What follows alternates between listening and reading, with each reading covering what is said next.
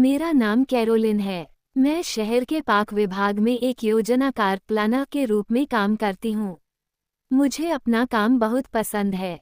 मुझे हर दिन हरे भरे पेड़ और खिले हुए फूल देखना अच्छा लगता है।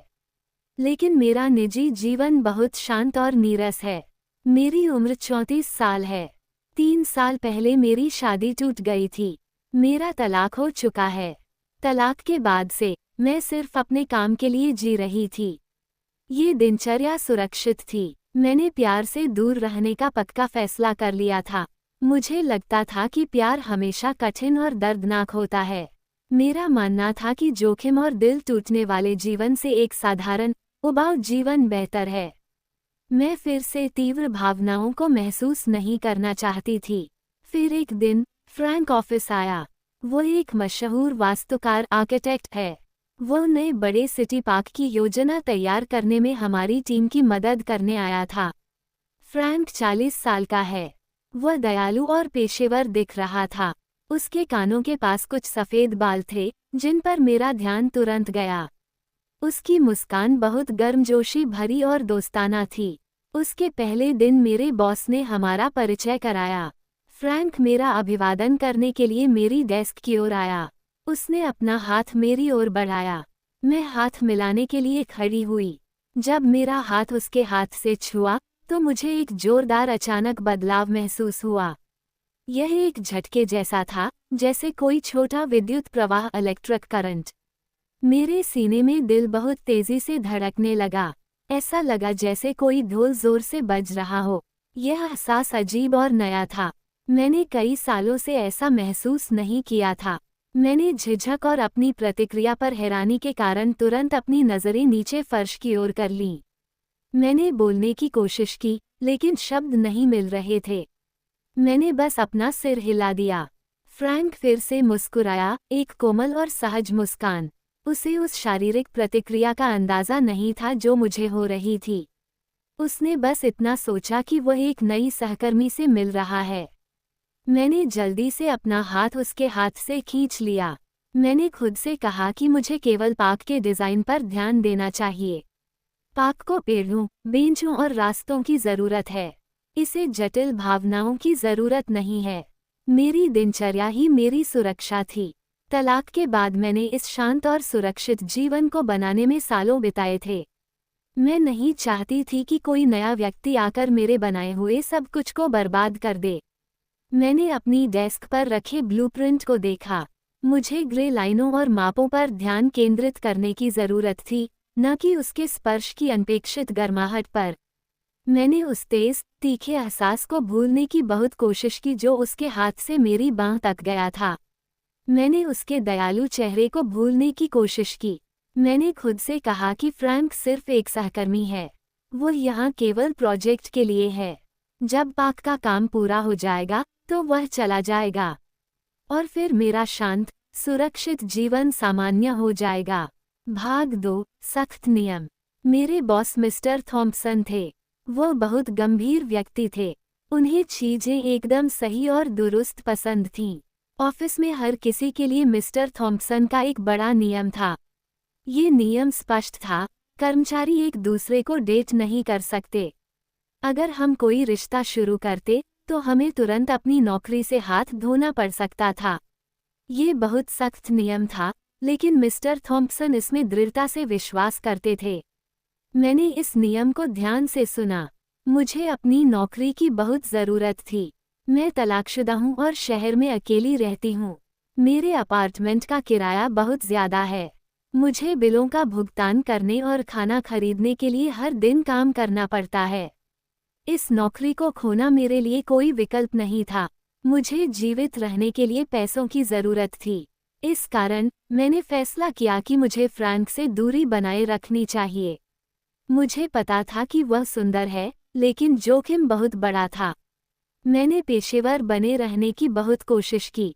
जब मैं फ्रैंक से बात करती थी तो मैं केवल पार्क की योजनाओं के बारे में बात करती थी। हमने बेंचों की संख्या पर चर्चा की। हमने इस बारे में बात की कि नए मेपल के पेड़ कहाँ लगाए जाएं। मैंने उसके चेहरे को देखने या ज़्यादा मुस्कुराने से परहेज किया। मैं चाहती थी कि वह मुझे केवल एक सहकर्मी के रूप में देखे, लेकिन फ्रैंक ने इसे मेरे लिए आसान नहीं बनाया। ऐसा लगता था कि उसे मेरा ध्यान भटकाने में मज़ा आता है। हमारी सुबह की मीटिंग के दौरान वह हमेशा मेरे बगल वाली कुर्सी ही चुनता था। जब वह मुझे पार्क के लेआउट का चित्र दिखाता तो वह काफ़ी करीब आ जाता था।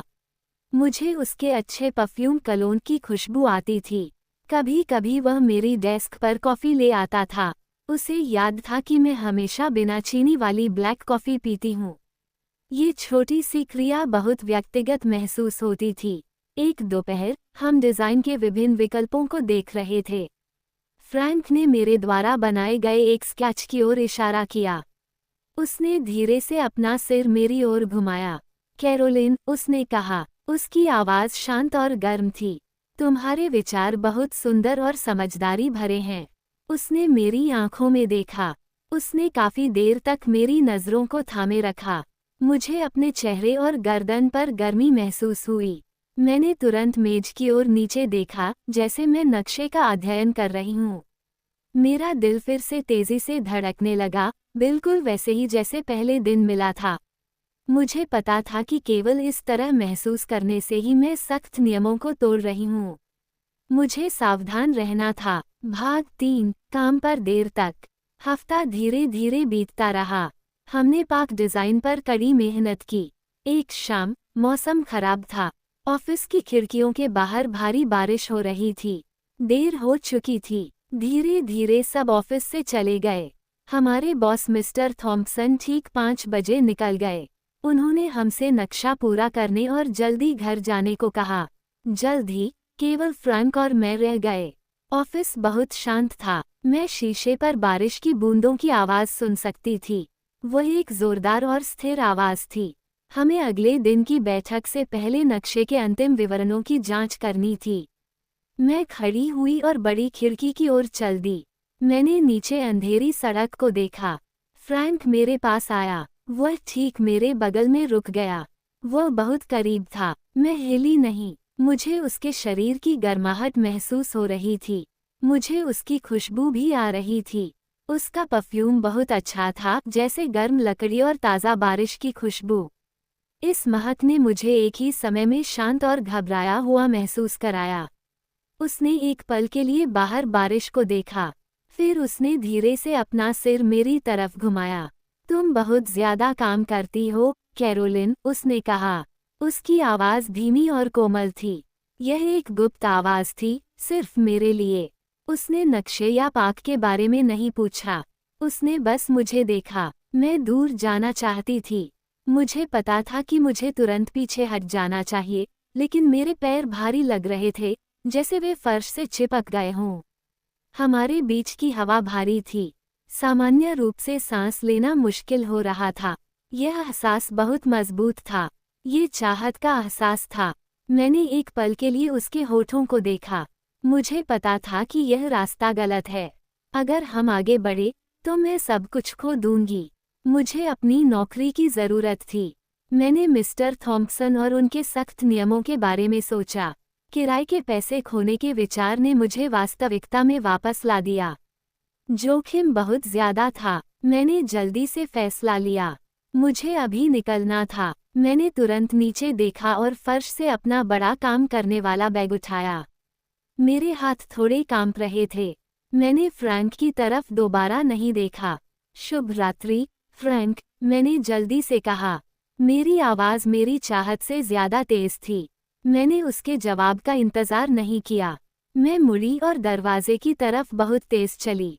मैं लगभग दौड़ते हुए ऑफिस से बाहर निकली और अंधेरे गलियारे में चली गई। मैं शांत कमरे और भारी बारिश से दूर, बाहर खुद को सुरक्षित महसूस कर रही थी। मैं सीढ़ियों से नीचे भागी और इमारत से बाहर निकल गई। मैं अपनी सुरक्षित नीरस जिंदगी को बचाने के लिए भाग रही थी। भाग 4, लंबी यात्रा। ऑफिस वाली उस रात के बाद का हफ्ता बहुत कठिन था। मैं हर समय घबराहट महसूस करती थी। मैंने फ्रैंक को नज़रअंदाज करने की बहुत कोशिश की। मैं केवल अपने काम पर ध्यान देना चाहती थी। लेकिन जब भी फ्रैंक मेज के दूसरी तरफ से मुझे देखता, मैं कमज़ोर महसूस करती। उसे भूलना असंभव था। अब हमारे बीच एक गुप्त संबंध था।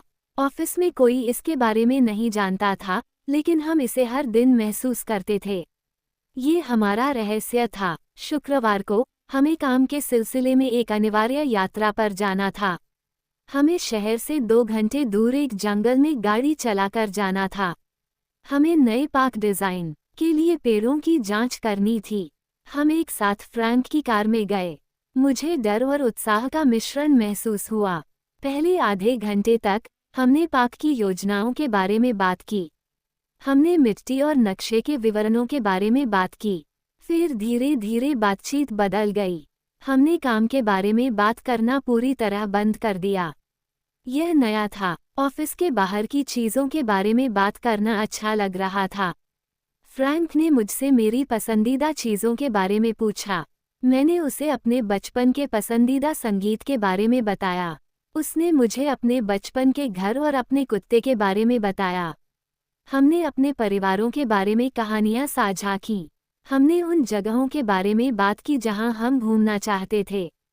फिर हमने अपनी डर जैसी बड़ी चीज़ों के बारे में बात की। मैंने अपने तलाक के बारे में बात की। मैंने बताया कि क्यों मैंने अपने दिल के दरवाजे प्यार के लिए बंद करने का फैसला किया था। मैंने उसे बताया कि सुरक्षित महसूस करने के लिए मुझे किसी भी चीज़ से ज़्यादा अपनी नौकरी की ज़रूरत है। फ्रैंक बस सुनता रहा। उसने मुझे बीच में नहीं टोका। उसने मुझे बात करने के लिए सुरक्षित महसूस कराया। उसने बताया कि उसे भी कभी कभी डर लगता है, खासकर बड़े प्रोजेक्ट्स और गलतियां करने को लेकर। मुझे एहसास हुआ कि फ्रैंक बहुत खुला और दयालु इंसान है। उससे बात करना आसान था। कई सालों में पहली बार मैंने किसी पुरुष द्वारा खुद को वास्तव में समझे जाने का अनुभव किया। जब मैं शादीशुदा थी, तब भी मैंने कभी इस स्तर का जुड़ाव महसूस नहीं किया था। कार का सफ़र 2 घंटे लंबा था, लेकिन ये बहुत छोटा लगा। हम कई बार साथ हंसे। कार हमारे लिए एक छोटी सुरक्षित दुनिया की तरह थी। बाहर ऑफिस के नियम इंतजार कर रहे थे। कार के अंदर कोई नियम नहीं थे। हम बस 2 लोग थे जो ईमानदारी से बात कर रहे थे। मैं मिस्टर थॉम्पसन को भूल गई। मैं अपनी नौकरी खोने के जोखिम को भूल गई। मैंने केवल फ्रैंक के पास होने के एहसास के बारे में सोचा। ये लंबी यात्रा किसी नई और खतरनाक चीज़ की शुरुआत थी। मुझे पता था कि मेरा जीवन तेजी से बदल रहा है। भाग 5, एक विशेष रात्रिभोज डिनर। हम जंगल के पास एक छोटे से होटल में रुके। होटल का रेस्टोरेंट गर्मजोशी भरा और आरामदायक था। हमने साधारण रात का खाना खाया, लेकिन बातचीत खास थी। फ्रैंक से बात करना आसान था। मैंने खुशी और सुकून महसूस किया। मैंने मेज के उस पार फ्रैंक को देखा। वह मुस्कुरा रहा था। उसकी आंखें बहुत दयालु थीं। मैंने अपने ऑफिस के बारे में न सोचने की पूरी कोशिश की। मैंने मिस्टर थॉम्पसन और ऑफिस रोमांस के खिलाफ सख्त नियम को भूलने की कोशिश की।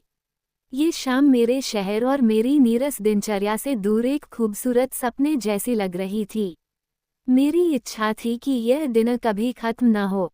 मैंने उसके साथ एक गहरा जुड़ाव महसूस किया, जो मैंने सालों से किसी के साथ महसूस नहीं किया था। मैंने फैसला किया कि यह रात अलग थी। यह मेरे सामान्य जीवन से बाहर के एक पल जैसा लगा। मैं इसका पूरी तरह आनंद लेना चाहती थी। खाना खत्म करने के बाद हम वापस अपने कमरों की ओर चल दिए। हम लंबी, शांत गैलरी में धीरे धीरे चले। मेरा दिल बहुत तेज धड़कने लगा।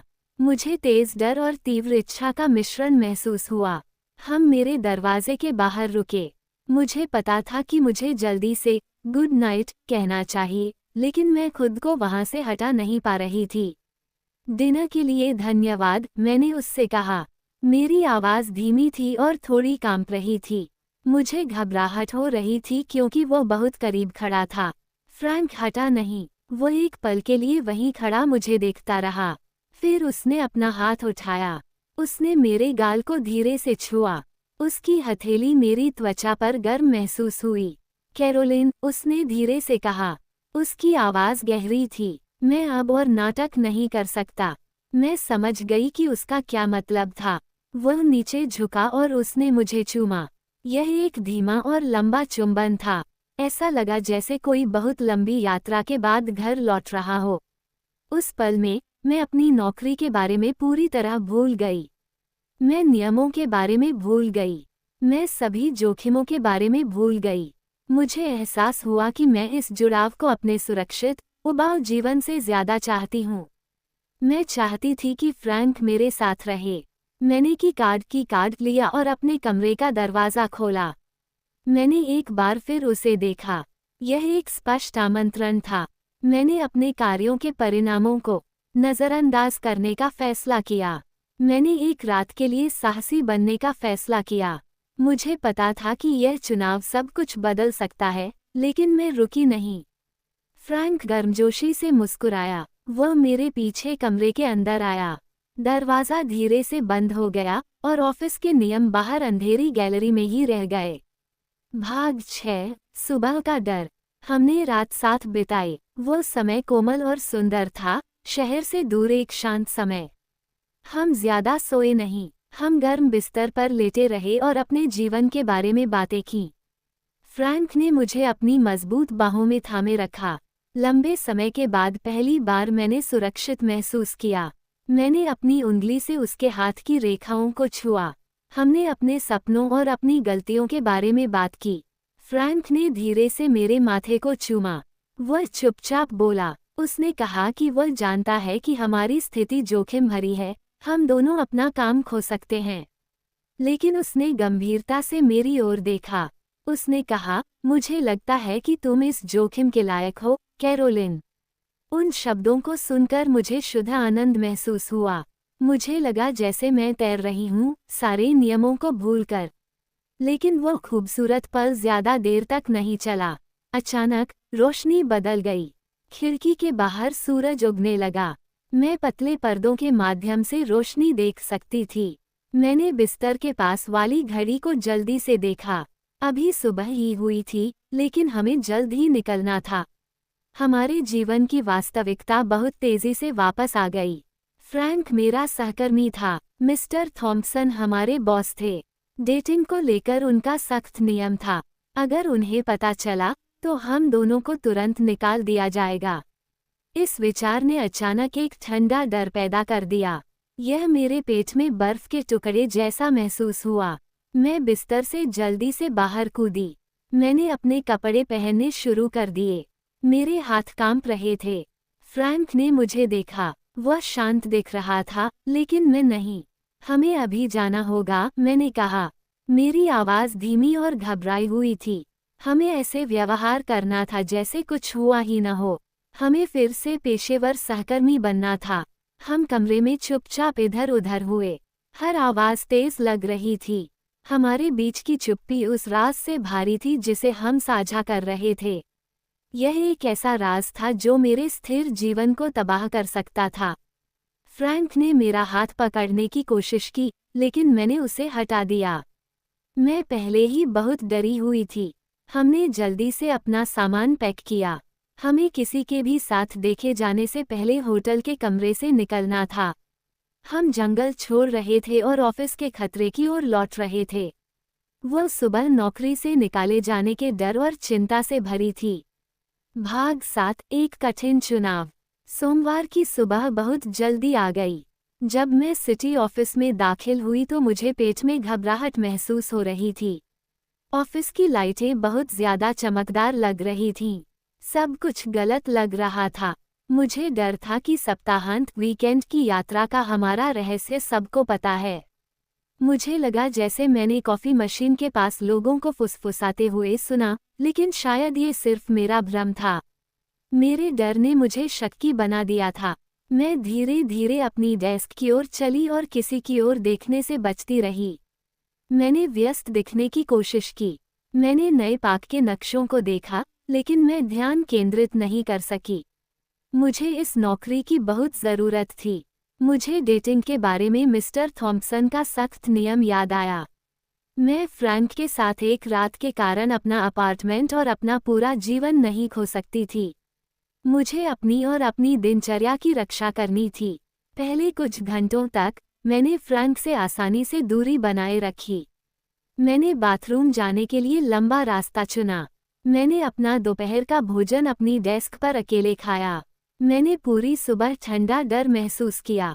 मुझे पता था कि मुझे उससे बात करनी होगी। इससे पहले कि किसी और को पता चले, मुझे इसे खत्म करना था। फ्रैंक मुझे सुबह के समय ही मिला।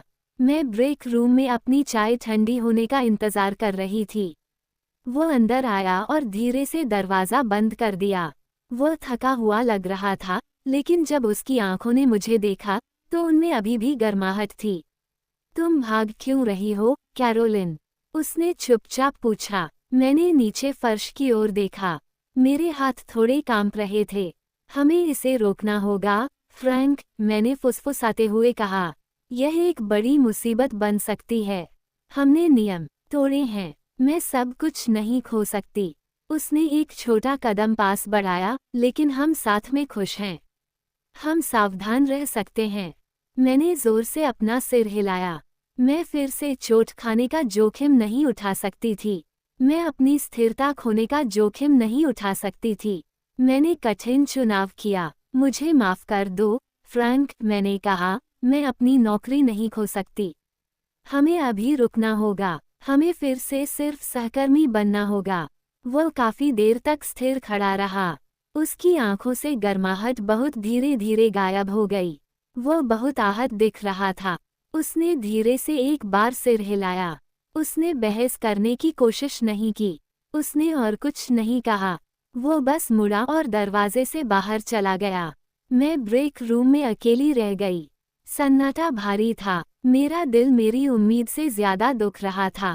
ऑफिस अचानक फिर से नीरस और खाली लगने लगा। मैंने उसके बजाय अपनी नौकरी को चुना था। भाग 8, एक सुखद अंत। उस दर्दनाक बातचीत के बाद 2 दिन बीत गए। कैरोलिन बहुत बुरा महसूस कर रही थी। वो दुखी और ऊब गई थी। फ्रैंक के बिना ऑफिस ठंडा और खाली लग रहा था। उसने अपनी डेस्क पर पार्क की योजनाओं को देखा। खूबसूरत नक्शे अब फीके लग रहे थे। फ्रैंक की आवाज़ और उसके अच्छे विचारों के बिना वे रोमांचक नहीं थे। उसे उसकी गर्म मुस्कान और मीटिंग के दौरान उसके देखने के अंदाज की कमी महसूस हो रही थी। उसे उनके छोटे छोटे मजाक और फ्रैंक का उसे ठीक वैसी ही कॉफ़ी लाकर देना जैसा उसे पसंद था, बहुत याद आ रहा था। कैरोलिन ने अपने जीवन के बारे में गहराई से सोचना शुरू किया। उसे एहसास हुआ कि वो कई सालों से डर में जी रही थी। दर्द का डर, नौकरी खोने का डर, प्यार का डर। उसने मिस्टर थॉम्पसन के सख्त नियमों के बारे में सोचा। क्या एक नौकरी सच्ची खुशी खोने के लायक थी? वह जानती थी कि नौकरी ज़रूरी है, ये किराया और बिल चुकाती है, लेकिन नौकरियां तो आती जाती रहती हैं। फ्रैंक जैसा अच्छा और दयालु आदमी मिलना बहुत दुर्लभ था। यह एक विशेष अवसर था जिसे वह दोबारा नहीं ठुकरा सकती थी। उसे बहादुर बनने और एक बेहतर जीवन की संभावना से छिपना बंद करने की ज़रूरत थी। कैरोलिन ने तुरंत एक फैसला लिया। वो अपनी कुर्सी से खड़ी हुई। उसका दिल वैसे ही तेजी से धड़का जैसे पहले दिन फ्रैंक से हाथ मिलाते समय धड़का था। वह तेजी से ऑफिस के फर्श पर चली। वह सीधे फ्रैंक के केबिन के दरवाजे पर गई। उसने धीरे से दस्तक दी। फिर उसने दरवाज़ा खोला और अंदर कदम रखा। फ्रैंक ने अपनी कंप्यूटर स्क्रीन से ऊपर देखा। उसका चेहरा थका हुआ लग रहा था, लेकिन जब उसने कैरोलिन को देखा, तो उसकी आंखों में एक छोटी सी उम्मीद जागी। कैरोलिन ने धीरे से अपने पीछे दरवाज़ा बंद कर लिया। वह नहीं चाहती थी कि कोई उनकी महत्वपूर्ण बातचीत सुने। उसने सीधे उसकी आंखों में देखा। मैंने बहुत बड़ी गलती की, उसने कहा। उसकी आवाज़ थोड़ी कांप रही थी, लेकिन उसने स्पष्ट रूप से बात की। मुझे अब ऑफिस के नियमों की परवाह नहीं है, फ्रैंक। मुझे सिर्फ तुम्हारी परवाह है। उसने एक गहरी सांस ली, पुराने डर को छोड़ते हुए। मैंने सोमवार को गलत चुनाव किया था। मैंने खुशी के ऊपर डर को चुना और हमारे रिश्ते के ऊपर अपनी नौकरी को चुना। फ्रैंक तुरंत खड़ा हो गया। उसके चेहरे पर एक बड़ी और शानदार मुस्कान फैल गई। उसकी आंखें खुशी और राहत से चमक उठीं। वह तेजी से उसके पास आया और उसे कसकर गले लगा लिया। ये सुरक्षित और गर्म महसूस हुआ। मुझे पता था कि तुम वापस आओगी, उसने फुसफुसाया। हम इसका कोई रास्ता निकाल लेंगे, कैरोलिन। हम एक छोटे से नियम को अपना भविष्य नहीं रोकने देंगे। उसने उसके दोनों हाथ मजबूती से पकड़ लिए। मैं भी सोच रहा था, शायद मुझे ये सिटी प्रोजेक्ट छोड़ देना चाहिए। मैं अपनी खुद की आर्किटेक्चर कंपनी शुरू कर सकता हूँ। वह उत्साहित लग रहा था, उसने उसे और करीब खींच लिया। फिर तुम मेरे साथ काम कर सकती हो। तुम पार्कों की योजना बनाने में मेरी पार्टनर हो सकती हो और हर चीज में मेरी जीवन साथी। कैरोलिन खुशी से हंस पड़ी। ये सबसे अच्छा विचार था। वे सख्त नियमों की चिंता किए बिना हर दिन साथ काम कर सकते थे। वे एक साथ बैठ गए और अपनी भविष्य की कंपनी के नाम और अपने पहले प्रोजेक्ट के बारे में बात करने लगे। उन्होंने डेस्क के नीचे एक दूसरे का हाथ थाम रखा था, अपनी नई गुप्त खुशी को छिपाते हुए। यह अभी के लिए एक रहस्य था, लेकिन कैरोलिन जानती थी कि उनका नया जीवन एक साथ बेहद उज्ज्वल होगा। उसे आखिरकार वह सुखद अंत मिल गया था जिसकी वो हकदार थी।